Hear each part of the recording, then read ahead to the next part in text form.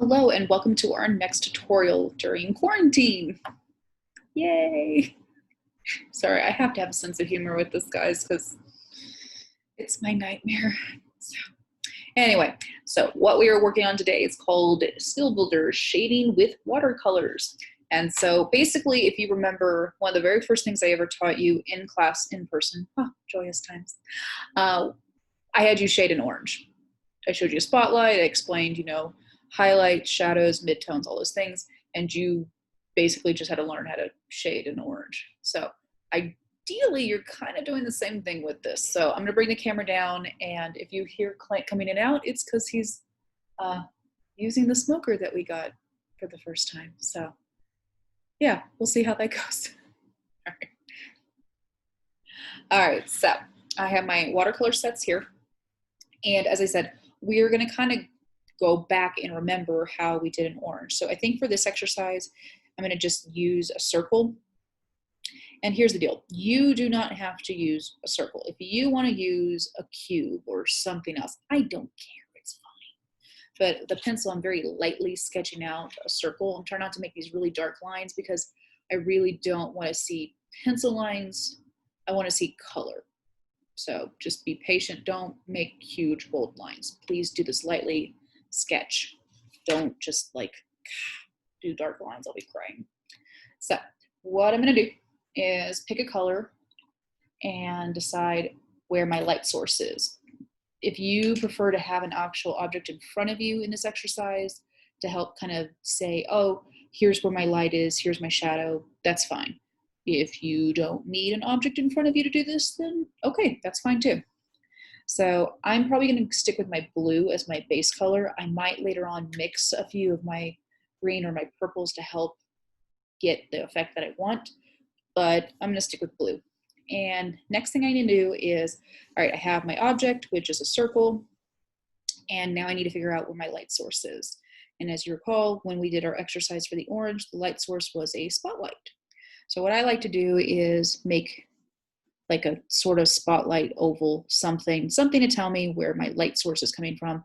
And I generally make an arrow to say, hey, this is where the light source is, it's going this way, meaning everything's going to be brighter here and everything behind this is going to be darker or faded out. So what I'm going to do is get my color ready to go. And sometimes what I like to do before I just jump in on all this is I like to dilute the color ahead of time because it's much easier to go back and make things darker with this paint than it is to make things lighter afterwards. So I'm going to dilute my paint. Looks pretty good. I'm going to test a section of it over here just to see if I like it. Yeah, it looks okay. All right, so what I'm going to do first is take my diluted blue and I'm going to fill in my circle, which after we're done shading it will look more like a sphere, which is three-dimensional. So here we go. Get the shape. It's okay if it's not like perfectly round. I can get the gist of this. So it's okay if you go out a little bit. It's not a big deal.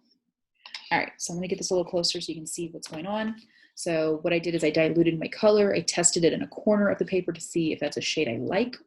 And then once I said, yep, that's good, I went ahead and filled the whole thing as a single shade of blue. What I need to do next is let this dry about halfway through, truthfully, before I start adding more layers.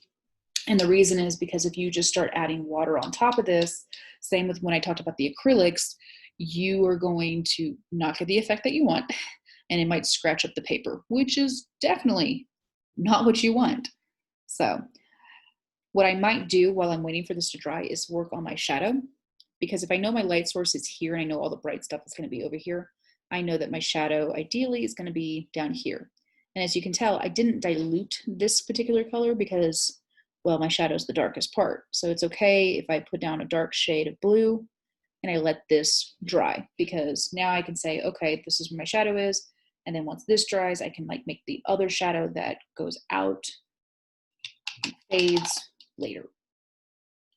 So let's see. I'm going to test out my sphere. And just get a little bit more of that water and dilute it just a little bit. It won't be as clear as like this, but again, if I want to test this before I put it on the corner of your paper, test it out, see if you like it. You're like, okay, yeah, that's what I want. Then you can start adding it. So what I'm doing is I'm taking a slightly darker version of the diluted water I worked with, but as you can see, it's lighter than my shadow down here. Trying to be really careful not to have these touch too much or else it'll bleed into each other. But I'm just kind of building up my layers to create my shadow on my sphere. So, and again, if you want to use a different shape or an actual object in front of you to help you with this, I am perfectly fine with that. I've just done this enough times that I don't really need something in front of me anymore. So, all right, got my moon shape. I'm gonna go back and dilute some more of that watercolor. Test it again, see how I like it. Not quite where I want it. Test it again, got that. All right, so now what I'm gonna do, lightly blow on that to make sure it's okay, and start adding slightly more diluted version to get my shadow to start fading into my midtones.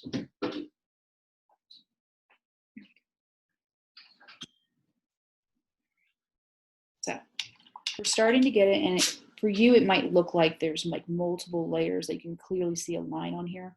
That's fine. In the beginning, it's not that big a deal just because you're learning how to shade with watercolors. So I'm gonna see and test that again. Looks pretty decent. I'm gonna go a little bit light. Yeah, that looks good. Go over this. Make a little shadow up here. There we go. So what I'm going to do, because I have a lot of water going on here, I want to go ahead and give it a stop. I'm going to pause my video, let it dry. And once it's fully dry, then I can start adding more layers to this. And you'll start to see that effect where it goes from being a very flat object to a very three-dimensional thing using shading. Okay, give me just a sec. All right, so I let this dry for maybe 5, maybe 8 minutes. So, and this is what we have so far, guys. As you can see, we're starting to get those layers figured out between our brightest point where the light is hitting the surface of the object, and then our darkest part being the shadow where the object is physically touching the surface below it. So, one thing I will point out, and I thought about this kind of after I paused everything, is maybe you're struggling where you want to put your shadow and stuff.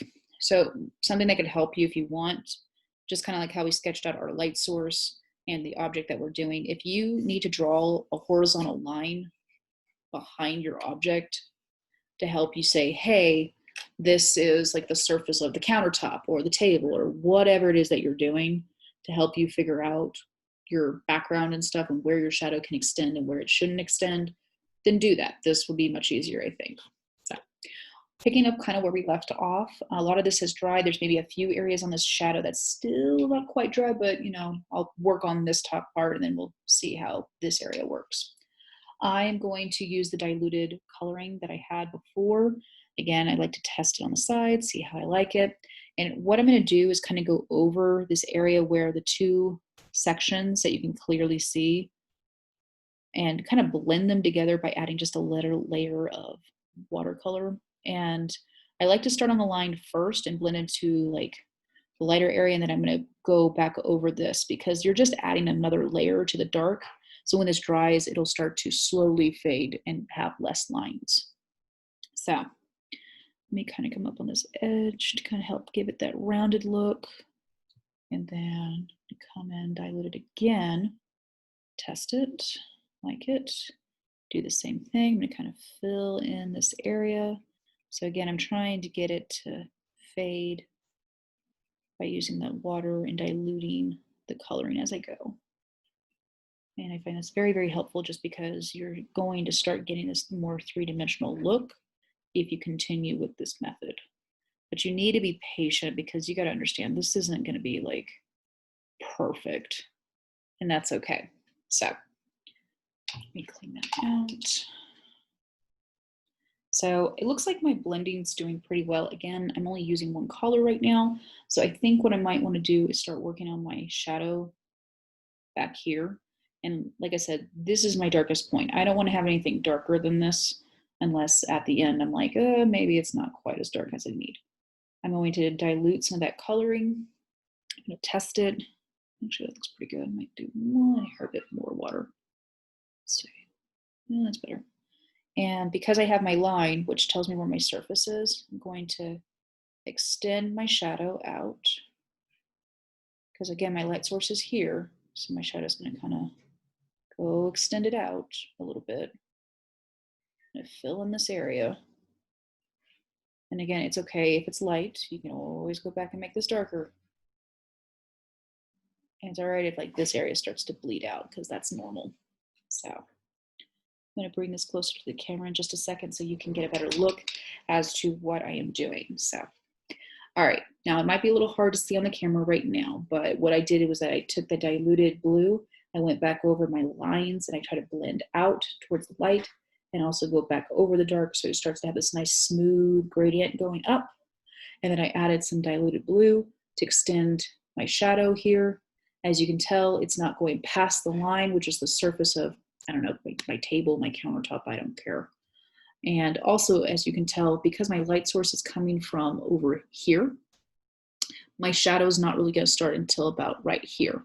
My shadow is not going to start here because, well, that doesn't make sense. If you even took like your camera phone and you put light over an object, you would quickly tell where the shadow should be starting, depending on what angle. I always like to do an angle just because, well, I like it that way. If I wanted to do above, well, it wouldn't be much of a shadow underneath. So I'm going to let this dry maybe 5 more minutes, and then I'm going to kind of extend, go over another layer of my shadow here. And that's when I can kind of decide, hey, do I want to kind of make this like a little bit darker on these edges over here?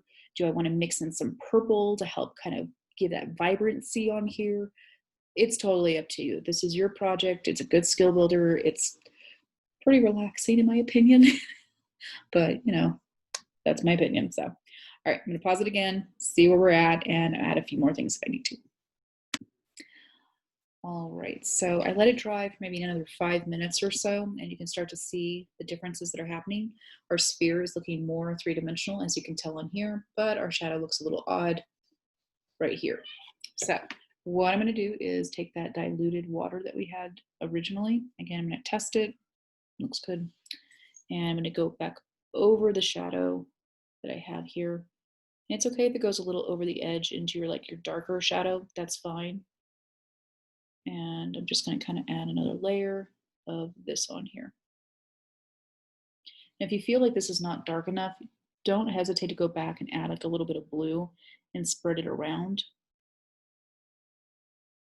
Because while the thing is wet, it's easier to spread all that color without having a dark spot specifically. So I'm going to keep moving this around. All right, there we go. And that's looking a little bit better. I think once this dries, you're really going to see that difference on here. And like I said, if you want to go back over this to make it even darker, you can. If you want to mix colors like purple or something afterwards, I'm fine with that. So far, I think the only reason I haven't started to add another color on top is because I really like how my blue is starting to come out. So, but if you want to add like a blue to help it, or not blue, but a purple or whatever, it's your decision, guys. It's your project. All right, I'm going to go and check my edges over here on my sphere to kind of bring up that nice dark edge that you usually see on the object. I'm going to turn my paper a little bit, doing like that little crescent moon edge. There we go. That's actually really looking nice. I'm really proud of myself. I don't do this very often with watercolors, so it's kind of nice to be like, hey, I actually am good at this. Looks good there. One thing I can do, if I really wanted to, and I think I might try it just to see how it comes out, is on my particular watercolor set, I think most of you have this. I don't know this for a fact, but I'm pretty sure everybody has like some type of white. I'm going to go in and just dilute some of that white on the side. And the reason I'm doing this is because I want to go over my area where it's a highlight, where the light is touching the object. And that way I can have just like a little bit of light and get rid of that weird circle I have going on. So I'm trying to get rid of my lines by fading it out with white. So kind of like how I moved the water around down here with my shadow, I'm kind of doing the same thing up here with my white to kind of smooth everything else. And normally I would bring this closer to the camera, except with all this water on here, I'm afraid if I move this paper too much, it's gonna drip in a weird way, and I really don't want to do that. So I'm gonna pause it one last time, and that way you can see what the finished product is. If you wanna push yourself and make this like all over the place, you wanna do a background, you wanna do all that, I'm fine with it. But this is the minimum requirement I'm asking for. Use any color you want, so long as you can bring back those memories of light source, shadow, midtones, round, or whatever it is that you're doing. If it's a cube, then same concept. So, all right, I'm gonna pause this one last time, and that way we can see the finished product. All right, so let me show you the finished product of our watercolors. Now, I know like the darkest part still is a little wet, but that's okay. So as you can see, I have my light source over here. My shadows are here. They don't extend past the edge of where my surface is. And those little details I did at the end, having this shadow kind of creep around the edges like this, really make it come together. As well as when I mixed a little bit layer of like a watered down white and I kind of faded it over this area, I think it really helped blend everything out. So again, have some fun with this, add whatever colors you want to it. But again, this is like the bare minimum requirement. And as always, since we are currently quarantined, please remember to take an image of this, upload it through Schoology, or email it to me directly. And please have this title somewhere in your email if you're emailing it so that I know which project this is, as well as your name. But other than that, if you have any questions, message me on Schoology, message me on email, whatever it is. So, all right, I will see y'all next time. Bye.